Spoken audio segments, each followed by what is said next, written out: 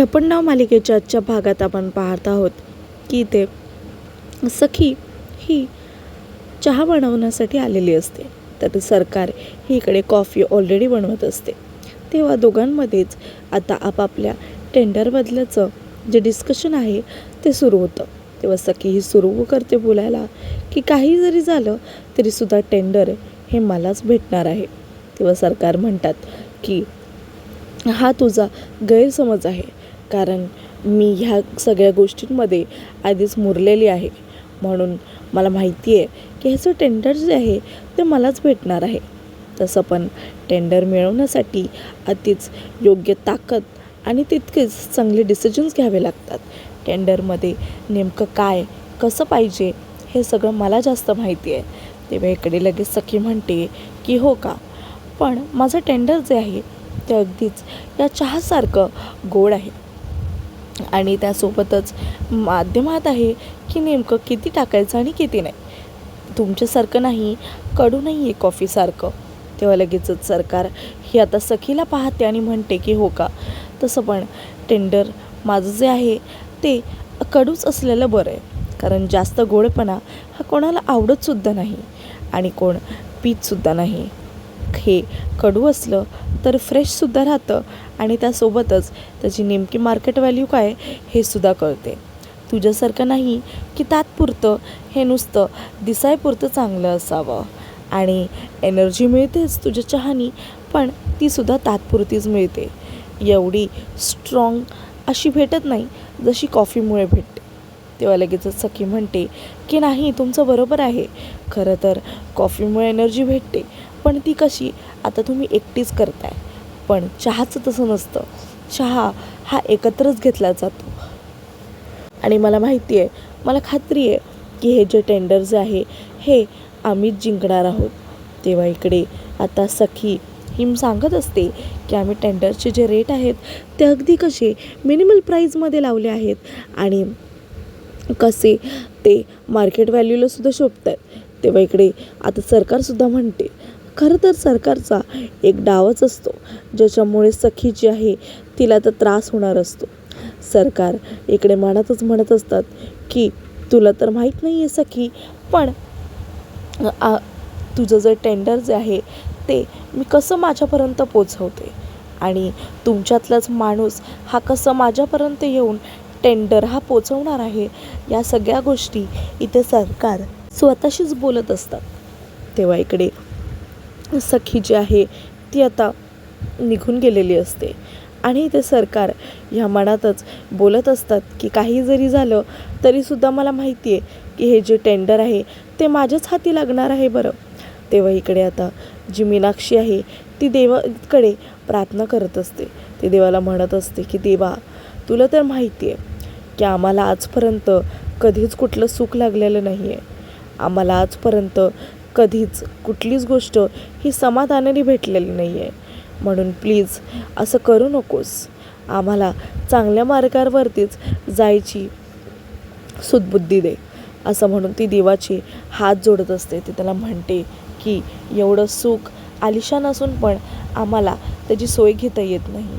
आम्हाला कसं वागवलं जातं हे मात्र तू बघतोच आहेस. असं म्हणून इकडे जी मीनाक्षी आहे ती रडत असते. तितक्यातच तिला एक हात येतो जो की तिला रुमाल देतो आणि त्यासोबतच ती रडत असते.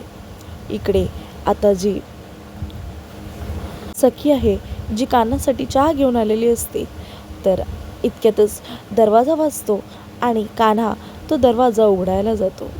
त्यातच ते पाहतात की समोर परशू आहे. परशू हा आता त्यांच्याशी बोलायला येतो. आता इथे जसा परशू येतो त्यांच्याशी बोलायला, तेव्हा मात्र इथे परशुराम पहिला विचारतो की नेमकं तुम्हाला टेंडरबद्दल काही माहिती हवी आहे का म्हणून.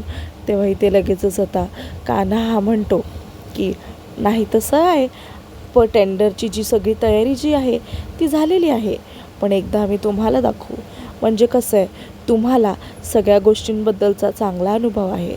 तर इथे लगेचच आता कान्हा जो आहे तो सखीला सांगतो की जरा ती फाईल आणा आणि ह्यांना दाखवू द्या.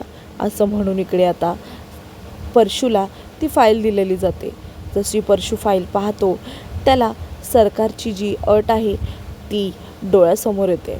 इथे सरकारची अट डोळ्यासमोर येताच तरीसुद्धा परशू जो आहे तो आता टेंडरबद्दल काही महत्त्वाची माहिती म्हणजे नेमकं काय चेंजेस त्याच्यात करता येतील आणि कुठल्या गोष्टी ह्या चांगल्या आहेत आणि कुठल्या ह्या नेमक्या क्लायंटला आवडतील ह्या गोष्टी सगळ्या हायलाईट करतो. कुठली प्राईज कशी लावली पाहिजे या सगळ्या गोष्टी आता परशू जो आहे तो सांगत असतो. इथे तो सगळं सांगतो तेव्हा मात्र आता कान्हा आणि त्यासोबतच जी सखी आहे ते दोघेही खुश होतात. कारण त्यांना वाटत असतं की वा परशू काका आम्हाला एवढं मदत करतात आहेत म्हणजेच खूपच जास्त मोठी गोष्ट झाली. इथे आता जे कान्हा आहे तो म्हणतो की नाही आम्हाला वाटलंच होतं की तुमच्याकडून आम्हाला मदत होणारच आहे. असं म्हणून इकडे आता सखी जी आहे तीसुद्धा कान्हाला पाहते हेच म्हणत असते की हो आम्हाला हेच माहिती होतं की तूच आम्हाला मदत करशील आणि तुझ्या मदतीशिवाय पुढे काहीच करता येणार नाही. असं म्हणून आता सखी आणि त्यासोबतच कान्हा जे आहे ते बाहेर निघून जातात. तेव्हा इकडे परशू जो आहे तो सखीच्या टेंडरची जी फाईल आहे त्याच्यामधून सगळे फोटोज हे क्लिक करून घेतो. कारण की ते फोटोज जे आहेत ते त्याला आता दाखवायचं असतात सरकारला. इतक्यातच मागून कान्हाचा हात येतो.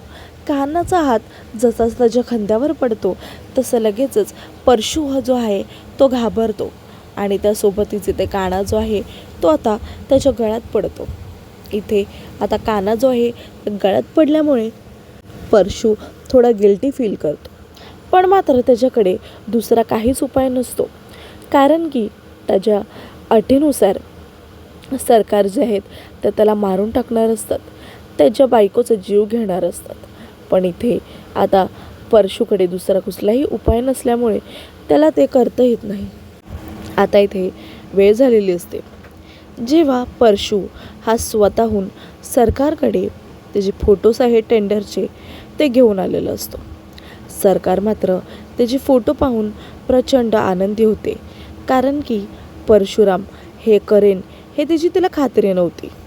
म्हणूनच ती आता परशूला म्हणते की तुझ्या आयुष्यात ही सगळ्यात चांगली केलेली गोष्ट आहेस तू की मला हे जे फोटोज आहे टेंडरचे ते आणून दिलेत. असं म्हणून इकडे ती तिची सांगत असते की तुला माहिती आहे ना की तुझी बायको ही आता मरता मरता वाचली. आता इथे सखी आणि त्यासोबतच कान्हा हे टेंडरबद्दलचं जे डिस्कशन आहे ते करायला आलेले असतात. इथे आता कान्हा हे स्वतःचं सगळ्या गोष्टी घेऊन आलेले असतात. तर इकडे वेगवेगळे जे इन्व्हेस्टर्स आहेत ते येऊन बसलेले असतात. खरं तर आता इथे त्यांचं नेमकं काय हेतू आहे ते सांगत असतात आणि ते कशा गोष्टींबद्दल काम करणार आहेत ते सुद्धा सांगत असतात. इथे आता सखी पाहतच असते तर इतक्यातच तिकडे तिची मावशी म्हणजेच सरकारसुद्धा येते. ती सरकारला पाहून थोडीशी शॉक होते. कारण की सरकार आता खूपच चुकीची गोष्ट अशी करणार असते. म्हणजेच सरकारने ऑलरेडीच जे सखीचं टेंडर आहे ते चोरलेलं असतं. इथे आता कान्हा जो आहे तो सरकारला खरं तर टोमणे मारत असतो. इथे सरकार ह्या ऑलरेडी आलेले असतात. सरकारला तर असंच वाटत असतं की त्या जिंकणार आहेत आणि त्यांच्याशिवाय इथे कोणालाच हे टेंडर जे आहे ते भेटणार नाही आहे असं म्हणून ते सांगत असतात. इथे आता सखी जी आहे ती मात्र सरकारचा जो ओव्हर कॉन्फिडन्स आहे तो पाहतच असते की कसं सरकार या खोट्या ओव्हर कॉन्फिडन्सवरती बसलेले आहेत म्हणून.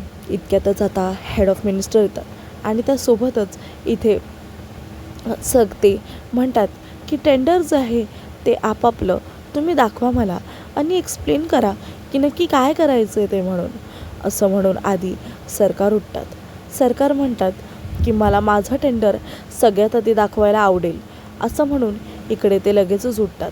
असं म्हणून ती त्यांची जी फाईल आहे ती समोर करतात आणि त्यासोबतच ती फाईल आता समोरच दाखवतात की नेमकं हे जी टेंडरची जी फाईल आहे ती मी केली आहे. असं म्हणून त्याच्यातले जे काही गोष्टी असतात ते त्यांच्या असतात हे आता सखीला जाणवतं की हे तर आम्ही केलेली गोष्ट आहे. कान्हा पण शॉक होऊन जातो. तेव्हा इथे लगेचच आता तो म्हणतो की हे चुकीचं आहे. हे आम्ही केलेली मेहनत आहे आणि सरकार ह्याचा बेनिफिट घेऊन जाणार हे आम्हाला अजिबातच चालणार नाही. असं म्हणून इकडे आता सखी जी आहे ती आता सरकारबद्दलच बोलत असते. इथे सरकार म्हणतात की काही काय बोलताय, हे खोटं आहे. हा जो टेंडर आहे तो मी बनवला आहे आणि दुसरी कोणी नाही बनवला आहे. मी आणला आहे म्हणजे हा माझाच झाला ना, असं म्हणून इकडे सरकार सांगत असतात. पण इथे कान्हाला राग आलेला असतो. कान्हा म्हणतो की अतिशय खोटं, कारण की हे जे टेंडर आहे ते मीच बनवलं आहे. असं म्हणून इथे सखी आणि कान्हा जे आहेत ते सरकारला स्वतःहून म्हणतात की ठीक आहे, आम्ही मान्य करतो की हे टेंडर तुम्ही बनवलं आहे, तर मात्र या टेंडरचे जे क्लॉज आहेत तुम्ही ते सांगा. असं म्हणून इकडे आता सरकार शांत होऊन जाते, कारण की तिला त्याच्याबद्दलची थोडीफार माहिती काहीच नसते. आणि इकडे आता जे सखी आणि कान्हा आहे ते दोघंही ते पण वाट बघत असतात की खरंच मनस्विनीनी की ही गोष्ट केली आहे का म्हणून. आणि इथे तिला काही प्रश्न विचारले जातात, म्हणजे सरकारला काही प्रश्न विचारले जातात आणि त्या प्रश्नांची उत्तरं ही तिला देता येत नाही. आणि त्यासोबतच हा टेंडर जो आहे तो तिचा नाही आहे असं समजलं जातं. आता इथे मनस्विनी म्हणजे सरकार जे आहे ती तोंडघाशी पडलेली असते. तिला आता टेन्शन येतं, कारण की हा जो टेंडर जो आहे तो आता तिचा नाही म्हटल्यावरती सखीचाच झाला आणि सखीचा टेंडर हा शेवटचा असतो आणि हा तिलाच भेटलेला असतो. असं म्हणून इकडे आता सखी पण आहे ती थोडीशी कन्फ्यूज झालेली असते. ती काही प्रश्न ही स्वतःहूनच त्यांना विचारत असते. त्याला म्हणत असते की ही गोष्ट जी आहे त्याचं उत्तरं ही तीच देत असते. इथे सरकार आता चिडलेली असते आणि ती रागाने निघून गेलेली असते. आणि फायनली हा जो टेंडर आहे तो सखीला आणि त्यासोबतच कान्हालाच भेटलेला असतो, कारण सरकारच्या खोटेपणामुळे आणि त्यासोबतच त्या टेंडरची कुठलीच माहिती नसल्यामुळे सरकारला तो जो टेंडर आहे तो भेटत नाही. असं म्हणून इथे सरकार आधीच ऑलरेडी चिडलेली असते. इथे सखी आणि कान्हा एकमेकांच्या कानामध्येच कुजबुजतात की ही किती खोटेपणा करतात असं म्हणून एकमेकांनाच बोलत असतात. इथे आता सखी ही काही प्रश्न विचारायचे प्रयत्न करत असते, पण इथे आता सरकारला काहीच करता येत नाही, कारण सगळ्यांसमोर हे सिद्ध झालेलं असतं की नेमकं टेंडर हा कोणाचा आहे म्हणून आणि कोणी ह्याच्यामध्ये खोटेपणा केला आहे, कारण की सरळ त्याच्यामध्ये दिसत असतं म्हणून.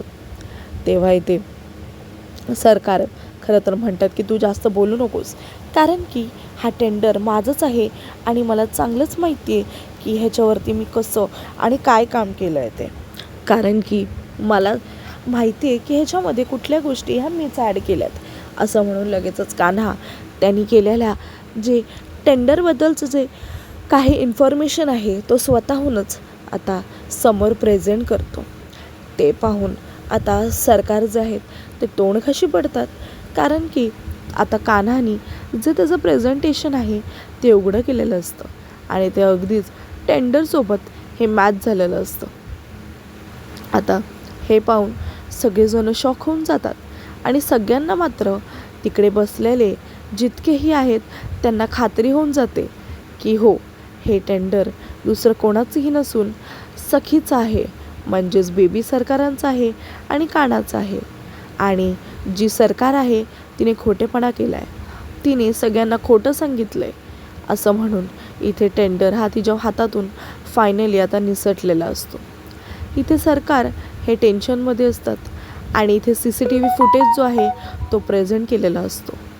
कान्हाच्या त्या CCTV फुटेजमुळे आता इथे सगळं सत्य हे बाहेर आलेलं असतं. इथे कशी जी सरकार आहे परशूला धमकवते आणि मग त्याच्यानंतर त्याच्याकडून जे टेंडरचे जे डॉक्युमेंट आहे ते घेते आहे, असं हे सगळं पाहून तिकडे आता सरकारला लाज वाटल्यासारखं झालेलं असतं. इथे सरकारच्याच मनाचं झालं आहे हे पाहून तिला आवडत असतं, पण टेंडर जी आहे ती कुठली गोष्ट आहे नेमकं सखी आणि कानाने त्याच्यावरती काय काम केलं आहे हे सुद्धा परशू सांगायला विसरतो. पण सरकार ही त्याच्या एका मुस्काटीत घालते आणि म्हणते की जाऊ दे, पण ह्याच्यामुळे ॲटलिस्ट तुझ्या बायकोचा हा तुझ्यापासून जीव वाचला हे मात्र कळतं आहे ना तुला. आणि मी बघू शकते रे की तुझ्या बायकोचं आणि त्याचसोबतच तुझ्या बायकोवर किती प्रेम आहे आणि तुम्ही दोघंही आता किती धडपडताय असं म्हणून इथे आता सरकार जे आहेत ते सांगत असतात. इथे सरकारला आता खरं तर खूप मनस्ताप होत असतो, कारण की टेंडर हे तिला भेटलेलंच नसतं. इथे आता जी परशू आहे त्याला चिडच येते सरकारांच्या प्रत्येक गोष्टीबद्दल, कारण सरकार ही आधीसारखी राहिलेली नसते. सरकार ही आधीपासूनच खूपच जास्त डेंजर वागत असते. इथे आता सरकार हे सांगायचा प्रयत्न करते, अहो असं काही नाही आहे, हे टेंडर जे आहे ते माझंच आहे म्हणून. पण आता इथं तिच्या बोलण्यावरती विश्वास ठेवणारं कोणच नसतं, कारण की इथे सरकार जे आहेत त्यांच्याकडे आता ह्या गोष्टीला कुठलंच उत्तर नसतं. इथे सखी ही सगळ्यांना सांगायचा प्रयत्न करत असते की कसं सरकार ही धडाधड खोटं बोलते म्हणून, आणि त्यासोबतच तिच्याकडे आता खरं बोलण्यासारखं काहीच राहिलेलं नाही आहे असं म्हणून कान्हा पण हा तर तिच्यावरती हसत असतो. आणि त्यासोबतच इथे सरकार जे आहेत त्यांना आता जे तिकडचे हेड असतात ते त्यांना बाहेर जायला सांगतात, कारण की ही जी फाईल आहे ती आता खोटी आहे आणि ती फक्त सखीच्या टेंडरची कॉपी आहे आणि त्यासोबतच तिथे काहीच योग्य असं दिसत नाही आहे मला, आणि असं खोटापणा नाही चालणार. त्यासोबतच इथे आता काही ॲक्शन त्यांच्यावर घ्यायची का असं म्हणून इथे कान्हा विचारतो. तेव्हा लगेचच ते म्हणतात की नाही, ॲक्शन मात्र आम्ही नाही घेऊ शकत, कारण सरकार ह्या राघव ह्यांच्या पत्नी आहेत आणि त्यांची लेगेसी आहे ह्याच्यामध्ये, म्हणूनच आम्ही त्यांच्यावरती कुठलाही ॲक्शन नाही घेऊ शकत. आणि आय होप की तुम्ही पण तेवढंच रिस्पेक्टफुली हे ॲग्री कराल. तेव्हा लगेचच आता कान्हा म्हणतो की नाही बरोबर आहे, राघव कामतांच्या पुढे नेमकं जाणार तरी कोण असं म्हणून तो बोलतच असतो. इथे आता सरकार जी आहे तिला राग तर आलेला असतो, कारण तो जो राग आहे तो तिच्या डोळ्यात स्पष्ट दिसत असतो. ती कशी चिडून कान्हाला आणि सखीला पाहत असते हे मात्र तिथे आपल्याला पाहायला भेटतं आहे. इथे आता जो कान्हा आहे तो म्हणतो की नाही बरोबर आहे, तसं पण त्या गेल्या बरंच झालं. आणि त्यासोबतच इथे आता जी सरकार आहे ती मात्र चिडून म्हणजेच कान्हावरती रागून वगैरे तिथून निघून गेलेली असते. इथे आता कान्हा जो आहे त्याला खूपच जास्त कळलेलं असतं की सरकार ही किती खोटारडी आहे आणि आत्तापर्यंत ती किती खोटेपणासुद्धा वागू शकते, आणि त्यासोबतच सगळ्यांनाच कळतं की किती खोटेपणा त्यांनी दाखवला आहे असं म्हणून तिचे जे झालेले मोठे डोळे करून ती त्यांना पाहत रागाने तिकडून निघून जाते. त्यासोबतच आता फायनली हे जे टेंडर आहे ते सखी आणि त्यासोबतच कान्हाला भेटतं. कान्हा जो आहे तो खूप खुश होऊन जातो की फायनली हे जे टेंडर आहे ते त्यांच्या हाती लागलं आहे म्हणून. आणि इकडे सखी जी आहे ती सुद्धा खुश होते. इथे आता ते सगळेजण एकत्र मिळून म्हणतात की आता हे फायनली टेंडर तुम्हाला भेटलं आहे. तेव्हा लगेचच आता इथे सखी जी आहे ते म्हणते की नाही, तसं नाही, कारण की ही जी टेंडर आहे ह्या टेंडरची ही फक्त एक कॉपी आहे. खरं जी फाईल आहे ती आमच्याकडं आहे आणि आम्हाला मनापासून असं वाटतं आहे की ती जी फाईल आहे ती तुम्ही पाहावी आणि त्यासोबतच तुम्ही आमचं जे प्रेझेंटेशन आहे ते सुद्धा पाहावं असं म्हणून कान्हा जो आहे तो आता सगळ्यांना सांगत असतो. तेव्हा तिकडचे सगळेजण म्हणतात की हो चालेल, करूया आपण म्हणून.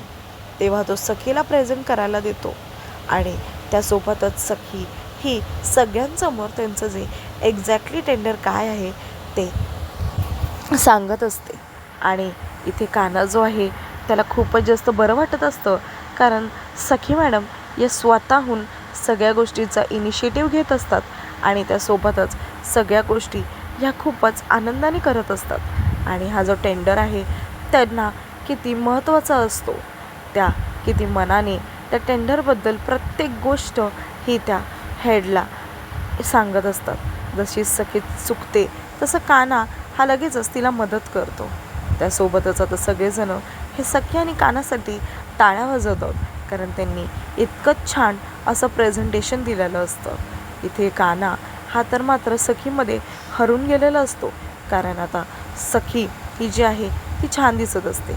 पुढील भागात आपण पाहणार आहोत की सरकार हे परशुरामला मारते आणि त्यासोबतच सखी आणि काना हे कसे वाजत गाजत घरी आलेले असतात आणि सरकार ही त्यांच्याकडे चिडून पाहत असते, कारण त्यांना टेंडरही भेटलेला नसतो.